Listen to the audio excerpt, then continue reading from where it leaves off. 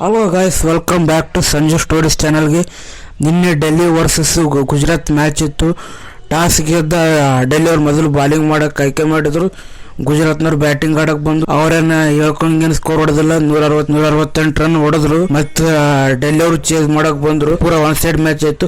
15 over 4 ಬಾಲಿಗೆ match ಮುಗಿಸ್ಬಿಟ್ರು. Delhi ಅವರು ಸತತ 4ನೇ ಬಾರಿ WPL IPL ಫೈನಲ್ ಗೆ ಆಯ್ಕೆ ಆಗ್ಯಾರ. ಇದು ಒಂದು ತಂಡದ ರೆಕಾರ್ಡ್. ಇದು ಯಾವ ತಂಡನು ಆಡಿದ್ 4 ಸೀಸನ್ ಫೈನಲ್ ಹೋಗ್ಯದ ಅಂತಂದ್ರೆ ಅದು ಡೆಲ್ಲಿ ಟೀಮು. ಮತ್ ಫೈನಲ್ ದಾಗ RCB ವರ್ಸಸ್ ಡೆಲ್ಲಿ ಮ್ಯಾಚ್ ಅದ. ಇದ್ರಾಗ ಯಾರು ಗೆಲ್ತಾರೆ ಕೆಳಗಡೆ ಕಾಮೆಂಟ್ ಹಾಕಿ.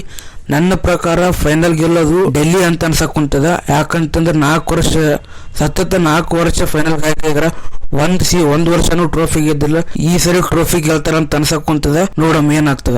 RCB ಅವರು 2026 ಮತ್ತು 27 ಅಂದ್ರೆ ಮುಂದಿನ 2 ವರ್ಷ ಟೈಟಲ್ ಸ್ಪಾನ್ಸರ್ ನ ಅನೌನ್ಸ್ ಮಾಡ್ಯಾರ. ನಥಿಂಗ್ ಸ್ಮಾರ್ಟ್ ಫೋನ್ ಅಂತಂದು ಒಂದು ಸ್ಪಾನ್ಸರ್ ನ 2 ವರ್ಷ ಅಗ್ರಿಮೆಂಟ್ ಮಾಡ್ಕೊಂಡ್ರೆ 2026 ಮತ್ತು 27 ಈ ಒಂದು 2 ಸೀಸನ್ RCB ಅವರು ಇದೇ ಒಂದು ಸ್ಪಾನ್ಸರ್ ಜೊತೆ ಅಗ್ರಿಮೆಂಟ್ ಮಾಡ್ಕೊಂಡ್ರ. ಈ ಒಂದು ಜರ್ಸಿಯಾಗ RCB ಪ್ಲೇಯರ್ಸ್ ಭಾರಿ ಕಾಣಕ್ಕುಂತದ. ಶ್ರೀಲಂಕಾ ವರ್ಸಸ್ ಇಂಗ್ಲೆಂಡ್ ಸೀರೀಸ್ ನ ಇಂಗ್ಲೆಂಡ್ 3-0 ಅಂತರದಿಂದ ಗೆದ್ದರ. ನಿನ್ನೆ ಕಡೆ ಮ್ಯಾಚ್ ನಡೀತು. ಶ್ರೀಲಂಕಾದವರಿಗೆಲ್ಲ ಒಂದು ಚಾನ್ಸ್ ಇತ್ತು. ಲೋ ಸ್ಕೋರ್ ಇತ್ತು.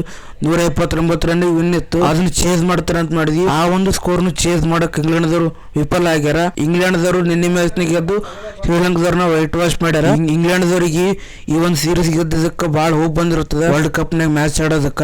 ವರ್ಲ್ಡ್ ಕಪ್ ಸೆಮಿಫೈನಲ್ 1 ಇತ್ತು. ಆಸ್ಟ್ರೇಲಿಯಾ ವರ್ಸಸ್ ಇಂಗ್ಲೆಂಡ್ ಇತ್ತು. ಇಂಗ್ಲೆಂಡ್ದವರು 27 ರನ್ ಗೆದ್ದು ಫೈನಲ್ ಆಯ್ಕೆ ಆಗ್ಯಾರ.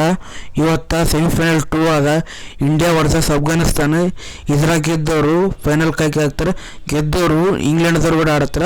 ಅದನ್ನ ಗೆದ್ರೆ ಯಾವ ತಂಡ ಗೆಲ್ತದ ಆ ತಂಡ ಚಾಂಪಿಯನ್ ಆಗ್ತದೆ. ಇಷ್ಟ ಆಗಿತ್ತು ನಿನ್ನೆ ಕ್ರಿಕೆಟ್ ಅಪ್ಡೇಟ್. ಮತ್ತೆ ಸಿಗೋಣ ಮುಂದಿನ ವಿಡಿಯೋದಲ್ಲಿ.